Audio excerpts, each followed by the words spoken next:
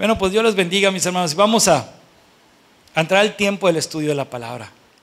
Hace un momento estaba con los niños y el tema que traté con ellos no fue una historia de la Biblia propiamente, fue un cuento que yo escribí para mi hijo, Torcito, ya está más grande que yo, pero bueno, cuando estaba pequeño.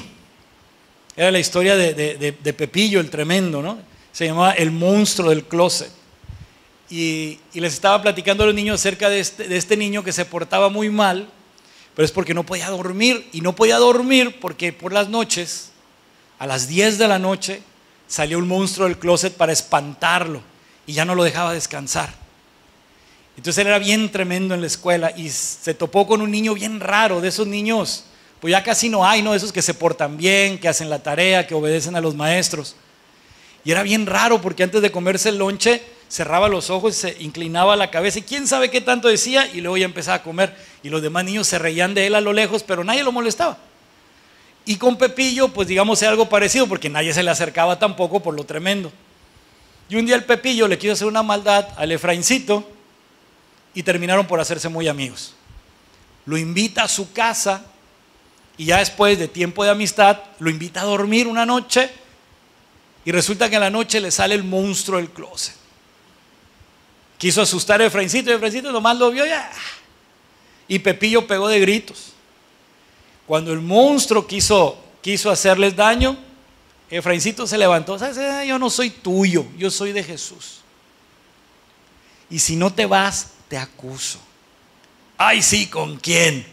Y cuando el monstruo intentó darle un garrazo, apareció una luz y algo le detuvo la mano en el aire.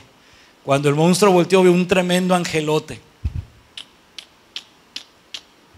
Este niño es de Jesús y Dios me envió a defenderlo. Pero el otro es mío. Tampoco. El niño oró antes de dormir e intercedió por su amigo. Así fue la calentada que le pusieron al demonio y jamás volvió. Pepillo recibió a Cristo y pues fue un final feliz. Digo, se los estoy resumiendo, claro, no es como se los conté a los niños, ¿verdad? Y esto me emociona y me conmueve porque al final de cuentas tiene que ver con la predicación de hoy. Hemos estado estudiando el Evangelio según Mateo.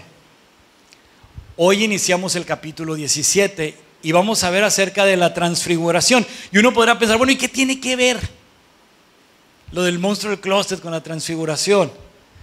Es más, ¿qué es la transfiguración? ¿De qué se trata? O sea, ¿qué es? Bueno, ciertamente la predicación de hoy no es de esas emotivas, es más bien así de enseñanza. Pero aún así, yo sé que esto va a ser de bendición a tu vida porque en la medida que más aprendemos de Dios, que mejor le conocemos, mayor seguridad podemos tener en que Él nos ama y que Él nos guarda y nos dirige. Así que les invito a abrir sus Biblias en el Evangelio según Mateo, en el capítulo 17. Y vamos a orar. Hermoso Rey, toda honra, toda gloria sea a ti. En este momento, mi Dios, clamo a ti por tu bendición.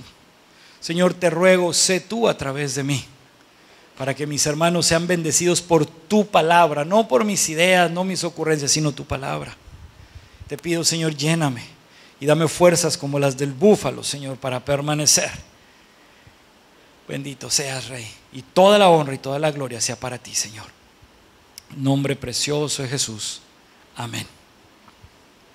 Muy bien. Voy a leer rápidamente el pasaje del versículo 1 al 13. Dice así: 6 días después, Jesús tomó a Pedro, a Jacobo y a Juan su hermano y los llevó aparte a un monte alto. Y se transfiguró delante de ellos y resplandeció su rostro como el sol y sus vestidos se hicieron blancos como la luz. Y he aquí les aparecieron Moisés y Elías hablando con él. Entonces Pedro dijo a Jesús: Señor, bueno es para nosotros que estemos aquí. Si quieres, hagamos aquí 3 enramadas, una para ti, otra para Moisés y otra para Elías. Mientras él aún hablaba, una nube de luz los cubrió, y he aquí una voz desde la nube que decía: Este es mi Hijo amado, en quien tengo complacencia, a él oíd.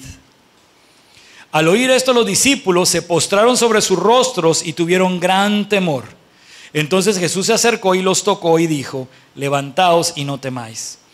Y alzando ellos los ojos, a nadie vieron sino a Jesús solo. Cuando descendieron del monte, Jesús les mandó diciendo: no digáis a nadie la visión hasta que el Hijo del Hombre resucite de los muertos. Entonces sus discípulos le preguntaron diciendo: ¿por qué pues dicen los escribas que es necesario que Elías venga primero?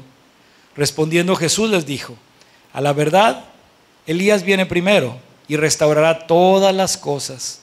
Mas os digo que Elías ya vino y no le conocieron, sino que hicieron con él todo lo que quisieron. Así también el Hijo del Hombre padecerá de ellos. Bueno, este pasaje nos relata este suceso y vamos a desglosarlo en 3 partes. Lo primero es el milagro. El milagro. Jesús llamó solamente a 3 de sus discípulos, pero curiosamente, eso es lo que me pone a pensar, ¿no? Y ahí lo dejo de tarea para ti también, para que lo reflexiones. Llamó a los 3 más broncudos. ¿Sí? Sí, Juan, el discípulo amado, el más chiquito. Sí, pero él y su hermano también fueron aquellos que le dijeron: mira, Señor, aquellos andan predicando y no están con nosotros. ¿Qué? ¿Oramos para que caiga fuego del cielo y que los consuma? Espérate, mijo. Ellos nomás van a otra iglesia, pero también son cristianos. Espérate, no te pongas bravo. No te pongas bravo. ¿Sí? Porque el que no es contra nosotros, por nosotros es. ¿Sí? Así que aprendamos de allí. Una cosa es ser celoso de la sana doctrina y otra cosa es ser fanático y salir de pleito con otro solo porque es de otra iglesia. No, al contrario, pues somos hermanos en Cristo. Además, piensen en esto. Aprovecho el raite. Ustedes saben que a mí me encanta hacer amistad con otros pastores y convivir, y cuando se puede, pues hacer convivios. Lo hemos hecho entre hombres, los hemos hecho aquí, hemos tenido hasta campamentos y retiros en convivencia con otros varones.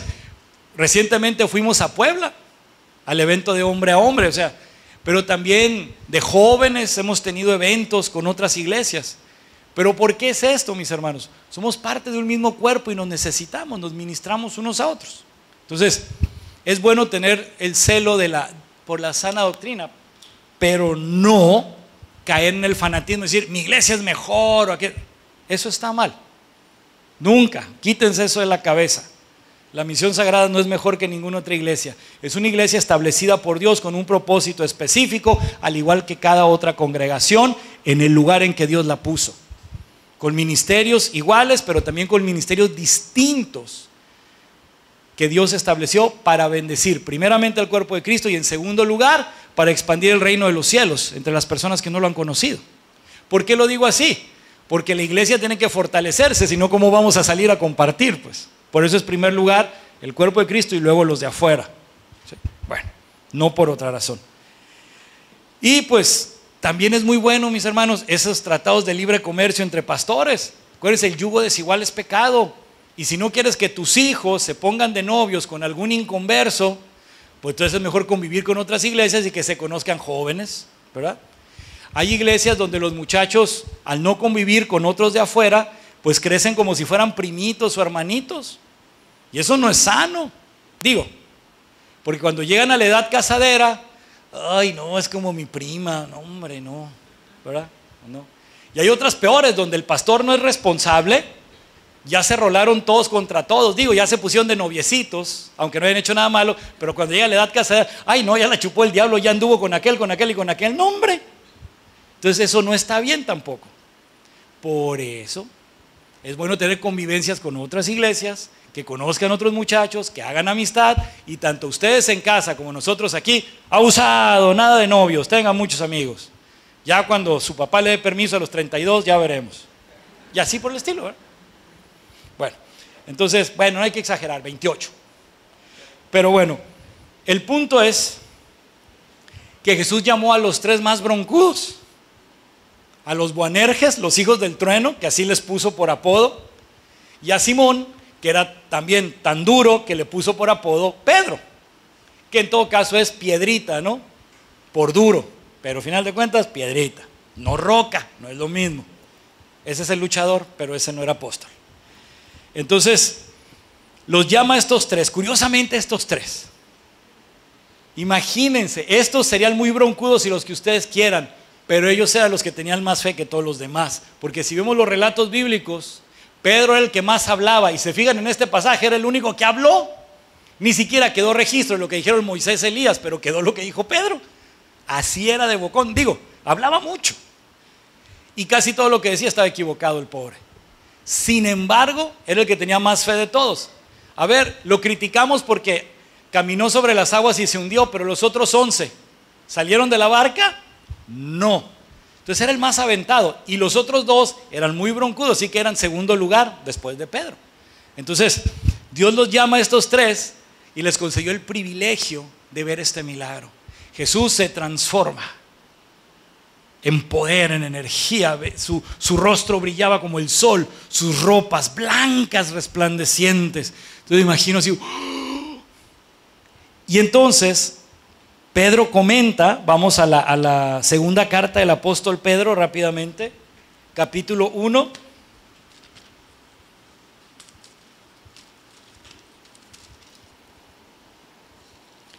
Versículo 16. Segunda de Pedro, capítulo 1, versículo 16. Dice: porque no os hemos dado a conocer el poder y la venida de nuestro Señor Jesucristo siguiendo fábulas artificiosas, sino como habiendo visto con nuestros propios ojos su majestad. Su majestad. Y ahí pónganle un separador porque lo vamos a necesitar nuevamente el pasaje. Volvemos a Mateo 17. Ese fue el milagro, ¿no? La transfiguración. Jesús se transforma en poder. ¡Wow! Imagínense cómo están impresionados estos hombres, que Pedro usó la palabra majestad, verlo en su majestad. Pedro lo vio caminando sobre las aguas. Pedro lo vio ordenándole a la tormenta y al mar que se calmaran, y se calmaron. Pedro lo vio sanando enfermos. Pedro lo vio reviviendo muertos. Pedro más que los demás. ¡Wow! ¿Y qué sucedió? Para que Pedro se haya impresionado a este nivel, quiere decir que la transformación fue tremenda, tremenda. Yo sé que más de algunos se va a reír de mí y que, ay, pastor, ya se le hacía tarde. No, de veras, ni cuando Goku se transformó en Super Saiyajin, que se hizo rubio de ojos azules y todo ese poder que hizo temblar la tierra. No, eso no es nada. De hecho, pues son caricaturas. No, después de haber visto todo ese poder, todos esos milagros, y que todavía Pedro se impresionara más al punto de decir, verlo en su majestad, quiere decir que fue wow. No hay manera de describirlo. Y allí es donde entramos tú y yo. ¿Cómo? Si realmente crees en la existencia de este Dios todopoderoso, que envió a su Hijo a morir por ti para rescatarnos del pecado y que no fuéramos al infierno, y que el Espíritu Santo está con nosotros para llevarnos a toda verdad, darnos consuelo, darnos dirección y ayudarnos a mantenernos firmes en los caminos del Señor, y primeramente convencernos de nuestro pecado, por supuesto.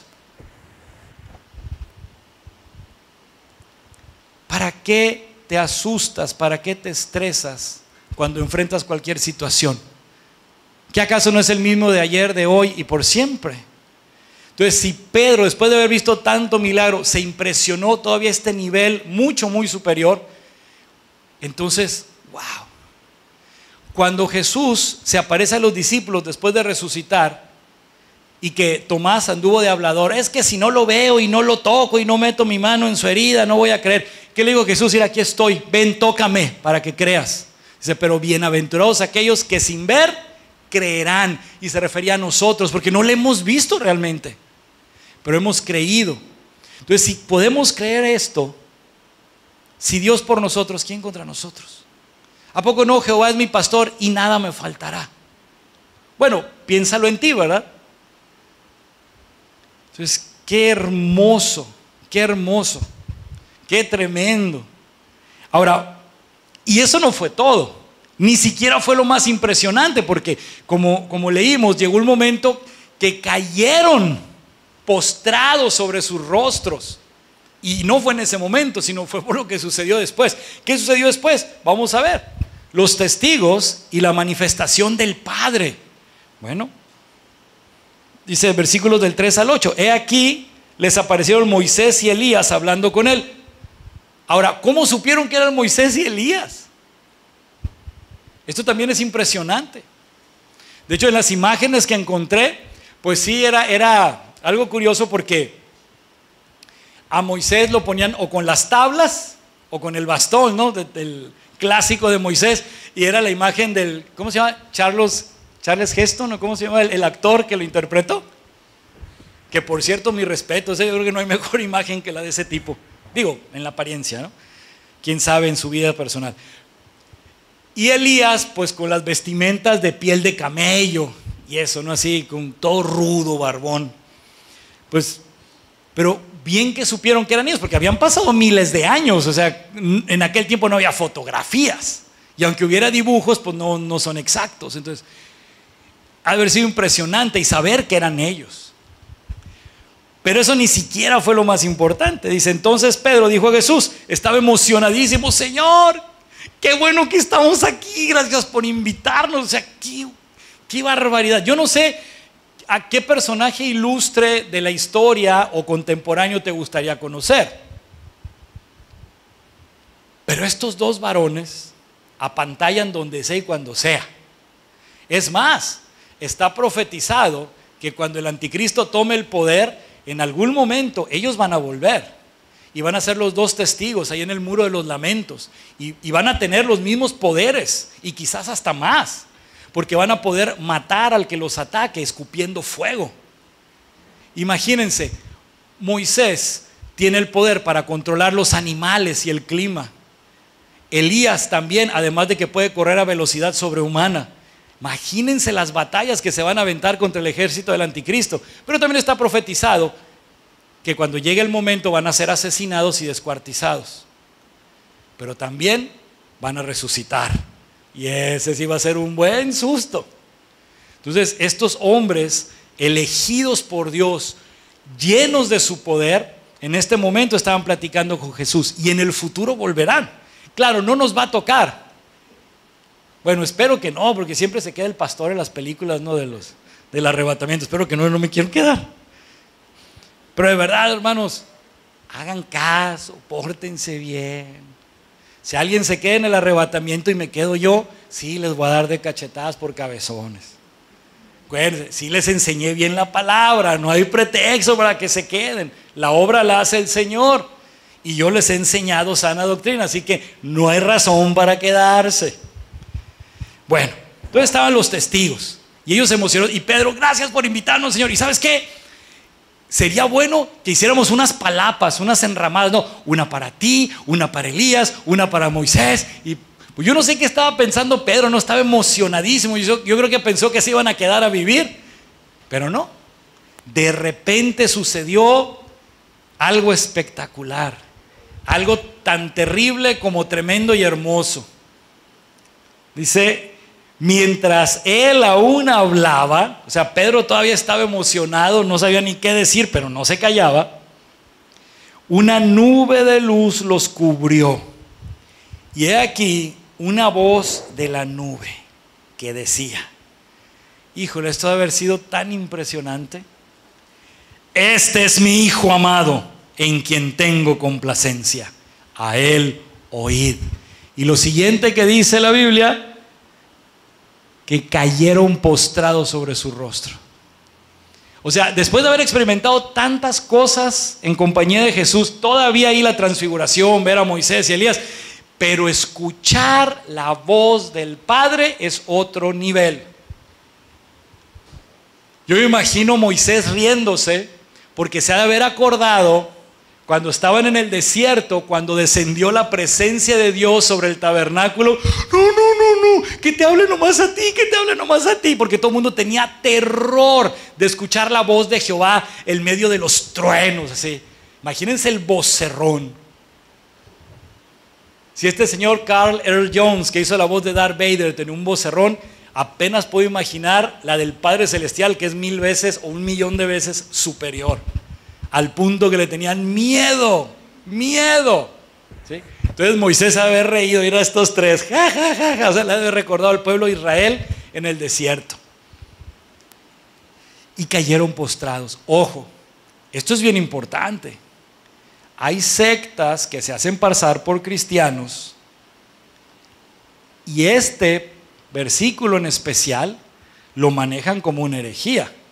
Aguas, ¿sí?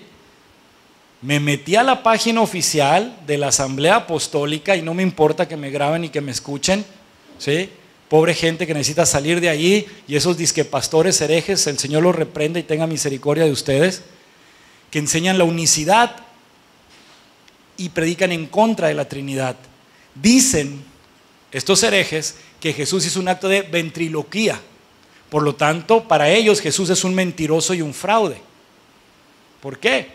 Porque en otros pasajes Jesús declara: si no me creen a mí, recuerden que la ley dice que por boca de 2 testigos, mi Padre que está en los cielos y yo. Pero si es la unicidad como ellos dicen, entonces Jesús es un mentiroso, porque no son 2, es uno solo. Así que no es el mismo Jesús. Cuidado, cuidado. Una cosa es que tengas amigos en cuestión social y otra es que le llames hermano. Eso no está bien, porque no somos hijos de Dios todos, por lo menos ellos no. Y no es el mal plan, es por misericordia, no les vamos a seguir el juego, ¿sí? Ahora, y aquí es donde entra también la parte que le decía, proteger a nuestros hijos. El diablo anda implacable, implacable. Acabo de ver hace unos días un video donde Disney declara abiertamente que es verdad, que meten mensajes, ya ni siquiera subliminales, abiertos, de homosexualidad para indoctrinar a los niños. Te lo digo en serio. Aunque digan que el pastor no puede hablar de política, eso es falso, porque soy mexicano. No te voy a decir por quién votar, eso sí no se vale. Pero sí te voy a decir algo: si alguien está a favor de la ideología de género, no votes por esa persona. Busquemos candidatos que realmente estén a favor de la vida y la familia tradicional. Si estás suscrito al Disney Plus, cancélalo. Cancélalo. Tengo entendido que ahorita sus acciones están más abajo que las de Netflix y Netflix va a la quiebra también. Entonces, cancela tu suscripción. Y si has pensado contratarla, no lo hagas. No lo hagas. Cancélalo. Si te consideras buen padre, cancélalo. Es más, ni siquiera tiene que ser por esto. Ya desde el principio, Walt Disney era abiertamente un satánico. Ustedes pueden ver las caricaturas originales del Mickey Mouse. Él era un violador, abusó de Mimi en un avión, en su primer caricatura. Y en otras, rituales satánicos bailando con muertos, que eso es parte de ciertos rituales. Pero hoy día están con la ideología de género a todo lo que da. Entonces tenemos que defender a nuestros hijos. Ya estuvo bueno de estar pasivos. No tenemos pleito con la gente, tenemos pleito con las ideas, tenemos pleito con Satanás. Eso sí dice la Biblia. Entonces, si tenemos este Dios poderoso y el Padre mismo nos dice a Él oíd, entonces tenemos que oír a Jesús y proclamar el Evangelio y dar testimonio, que es lo que nos mandó a hacer. La manifestación del Padre no es cualquier cosa. Miren, volvemos a 2 de Pedro, capítulo 1, y ahora versículos 17 y 18. Pues cuando Él recibió de Dios Padre honra y gloria, le fue enviada desde la magnífica gloria una voz que decía: este es mi Hijo amado en el cual tengo complacencia. Y nosotros oímos esta voz enviada del cielo cuando estábamos con Él en el Monte Santo. Aquí Pedro está describiendo esa anécdota. Pero no solo eso, si seguimos leyendo, tenemos también la palabra profética más segura, a la cual hacéis bien en estar atentos, como a una antorcha que alumbra en lugar oscuro, hasta que el día esclarezca y el lucero de la mañana, que es Jesucristo, salga en vuestros corazones. Entendiendo primero esto, que ninguna profecía de la Escritura es de interpretación privada, porque nunca la profecía fue traída por voluntad humana, sino que los santos hombres de Dios hablaron siendo inspirados por el Espíritu Santo. O sea, tú le puedes preguntar a Dios, y si hay algún profeta en el lugar donde te encuentras: oye hermano, ¿no tendrá Dios una palabrita para mí? Entonces a lo mejor ora por ti, pero el profeta no puede jalar palabra. Dios Si quiere hablarte, te va a decir algo. Y si no, no. Pero ¿sabes qué? La mejor manera de que Dios te hable es leyendo la Biblia, porque esta es su palabra, ¿no?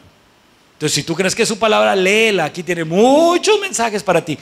Ahora, de las profecías que están en la Biblia no puede ser interpretación privada, o sea que no es exclusivamente para mí, no, es para su pueblo, es para su iglesia, no es privado.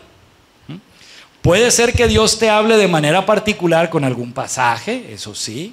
Puede ser que Dios te dé entendimiento o revelación en cuanto a un pasaje para interpretarlo correctamente, pero ya no hay más palabra nueva, o sea, ya no hay nuevos libros para la Biblia, ya no. Eso ya no existe, entonces tenemos que tener bien claro eso. Bueno, por lo tanto,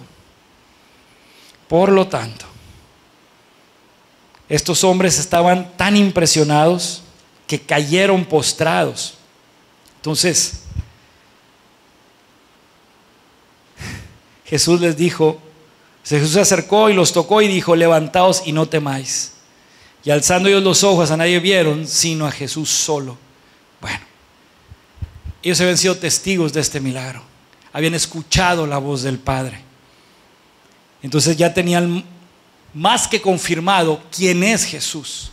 Entonces para nosotros que nos queda esta palabra de testimonio, pues debemos creerla y debemos vivir de acuerdo a esto.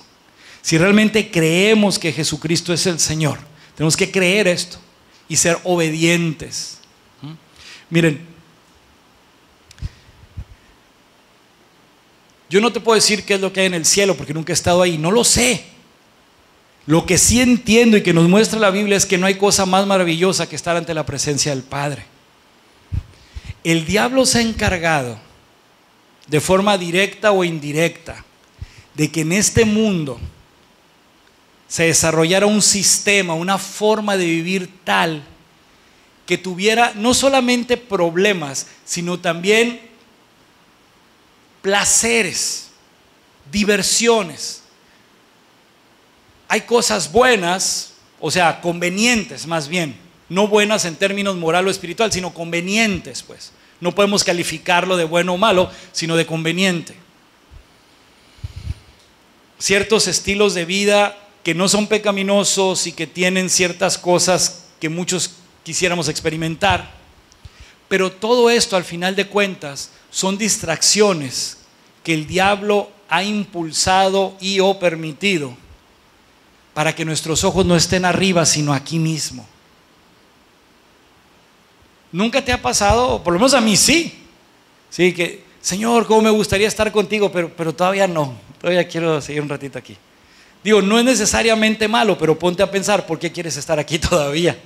No estoy hablando de suicidar, no se va a decir, ay, este loco maniático. No, nada de eso. Dios tiene un plan para nosotros y tenemos que cumplir con ese plan durante el tiempo que Dios nos conceda de vida. ¿Ok? Pero entendamos, por muy hermoso, por muy divertido, por muy placentero, conveniente que sea lo que sea que estás experimentando o que pudieras aspirar a tener o hacer, no se compara en nada con lo que nos espera al estar en la presencia del Señor. ¿Sí? Y tal vez uno puede decir, no, pues que en esa época pues no había ni internet, no había ni televisión, pues qué van a saber. Sí, es cierto, hoy la tenemos más difícil porque hay muchos placeres adictivos. Y eso como que uno se resiste. De verdad, lo digo con vergüenza y Señor, perdóname. Yo decía, Señor, pues que sea el arrebatamiento, pero después de la última película de Los Vengadores para ver en qué quedó, ¿no? Pues no. Y yo creo que más de alguno así pensó, no digo de ustedes, pero gente más joven, ¿verdad? Que les gusta esas cosas. O la novela, ay Señor, el final es el mes que entra, que el arrebatamiento sea un día después, o algo así. O el mundial de fútbol, o cada quien lo suyo, ¿no? Bueno. Son cosas que no son necesariamente malas, pero nos distraen de la meta real. Y aquí estos hombres hicieron todo a un lado, quedaron, wow, extasiados. Y es algo que debemos considerar. Y por lo tanto vivir conforme a la voluntad de Dios. Y bueno, para cerrar con esta parte, ya Jesús les comenta en el versículo 9, Dice, cuando descendieron del monte, Jesús les mandó diciendo, no digáis a nadie la visión hasta que el Hijo del Hombre resucite de los muertos. Órale. ¿Por qué? Porque si ellos hablaban de este asunto acerca de los testigos, es probable que algunos de los mismos judíos principales de la sinagoga hubieran desistido en cuanto al plan de matarle. Es probable. Entonces, no. Que se cumpla la voluntad del Padre y cuando resucite ya les platican. Y es cierto, muchos de estos hombres inclusive fueron testigos de la resurrección de Cristo. Y es posible, que no hay un registro aquí, pero es posible que más de algunos se haya arrepentido y haya alcanzado salvación. Entonces Jesús dijo, no digan nada. No digan nada. Pero entonces los discípulos, ok, está bien Señor. Pero los discípulos preguntan. Dice, entonces sus discípulos le preguntaron diciendo, ¿por qué pues dicen los escribas que es necesario que Elías venga primero? Y Jesús les da una respuesta bien interesante. Respondiendo Jesús les dijo, a la verdad Elías viene primero y restaurará todas las cosas. Mas os digo que Elías ya vino y no le conocieron, sino que hicieron con él todo lo que quisieron, así también el Hijo del Hombre padecerá de ellos. Entonces, ¿cómo que Elías ya vino y lo mataron? Entonces dice Jesús que a él también le van a hacer Juan el Bautista. Y es lo que dice el versículo 13. Entonces ellos comprendieron que hablaba de Juan el Bautista. No era Elías literalmente, sino un hombre con un poder semejante al de Elías. Dios le concedió un espíritu semejante, porque Juan no tiene registrado ningún milagro, pero es el predicador más grande de la historia, eso sí. Entonces no hizo milagros como Elías, de detener la lluvia, de hacer caer fuego del cielo, de correr más rápido que los caballos, no hizo eso, pero sus predicaciones fueron superiores a las de cualquiera. Si Pedro, ya con el Espíritu Santo, en una predicación ganó a 2,000 y en otra 3,000, y aún así no hay hombre más poderoso en palabra que Juan el Bautista. Entonces imagínense, porque él vino a enderezar todas las cosas, fue elegido para eso. Ahora, ¿por qué Juan no hizo otro tipo de milagros? Porque la atención no era sobre él era el vocero, él era el anunciador. Imagínense que ustedes van a una función de box, se sube el tipo con el micrófono, y en esta esquina fulano de tal, y en esta otra fulano de tal, y la gente espera que el anunciador se agarre a golpes con los dos. Pues no, ¿verdad? Porque él no es el centro de atención, son los peleadores. En este caso Juan venía anunciando la llegada del Mesías, de Jesucristo. Y ese fue el asunto. Por eso él no hizo milagros, para dejar el lugar a Jesús. Y luego él mismo dijo, es necesario que yo mengüe para que él crezca. Y finalmente él fue asesinado. Sí, fue ejecutado, pero fue un asesinato, porque fue con pleno abuso. Fue un abuso completo. Entonces él muere y queda Jesús. Y los seguidores de Juan se vienen con Jesús y crece. Bueno, entonces, ¿y de qué estaban hablando? Es que había una profecía. Dice, ¿y entonces por qué dicen los escribas que tenía que venir Elías? Es que había una profecía, y está en Malaquías 4:5 la profecía, la podemos ver, aquí está luego. Es el libro anterior a Mateo. Recuerden que Mateo es el primero del Nuevo Testamento y Malaquías es el último del Antiguo. Y dice así, he aquí, yo os envío el profeta Elías antes que venga el día de Jehová grande y terrible. Él hará volver el corazón de los padres hacia los hijos y el corazón de los hijos hacia los padres, no sea que yo venga y hiera la tierra con maldición. Entonces ya estaba profetizado que iba a venir Elías y luego el día terrible de Jehová. Pero terrible no necesariamente significa malo, que tiene que ver con mucho poder. Entonces vino Juan Bautista, preparó el camino, bautiza a Jesús y arranca su ministerio. Wow. Bueno, mis hermanos, aquí hay enseñanza para nosotros en diferentes formas. A mí sí me encantaría poder ver a Jesús. Y me refiero en vida. Claro que el anhelo es ver al Padre, al Hijo, al Espíritu Santo en el cielo, ¿verdad? Pero me gustaría verlo aquí, ahora. Me encantaría. ¿Sí? Y así como Elías y Moisés, a mí también me encantaría ser uno de los testigos. Tal vez no con esos poderes, pero sí que la gente que me conociera a Cristo a través de mí, porque ese es el propósito de los testigos. ¿Sí? Asimismo, cuando el Padre dijo, este es mi Hijo amado en el cual tengo complacencia, imagínate cuando lleguemos al cielo y que seamos recibidos. Buen siervo fiel, sobre poco has sido fiel, sobre mucho te pondré. Entra en el gozo de tu Señor. Yo quiero escuchar esas palabras. Sí, porque las palabras contrarias son horribles. Apártate de mí, maldito, porque nunca te conocí. Yo creo que nadie quiere escuchar eso. Y ahí están en la Biblia. Entonces yo quiero escuchar eso. Yo quiero escuchar eso. Imagínense en vida poderlo escuchar. ¡Qué tremendo! Tú eres mi hijo adoptado, amado. Sí, hay que aclarar. ¿Sí? ¿Y sabes qué? Tengo complacencia en ti. Haré resplandecer mi rostro sobre ti. Sí. Imagínense, Abraham lo llamó su amigo. A David, el hombre conforme al corazón de Dios. Rahab, de haber sido prostituta, fue princesa y la tatarabuela de Jesucristo. Yo también quiero algo así. Yo quiero algo así. Y tú debes aspirar a algo así. ¿Sí? Tal vez aquí en la tierra no va a haber reconocimiento, pero con que Dios me reconozca, eso es más que suficiente. De hecho, sobra y basta. ¿Sí? Entonces, mis hermanos, vamos a ponernos de pie y vamos a orar. Es que necesitamos tener una experiencia realmente íntima, sobrenatural. Así como los discípulos cayeron postrados a tierra, así también tú puedas sentir algo tan tremendo dentro de ti que en ese momento digas tú, nunca más vuelvo a hacer esto, nunca más vuelvo a ver esto. A partir de hoy, 3 horas menos de celular al día para dedicarlas a orar, a servir, a alabar o qué sé yo.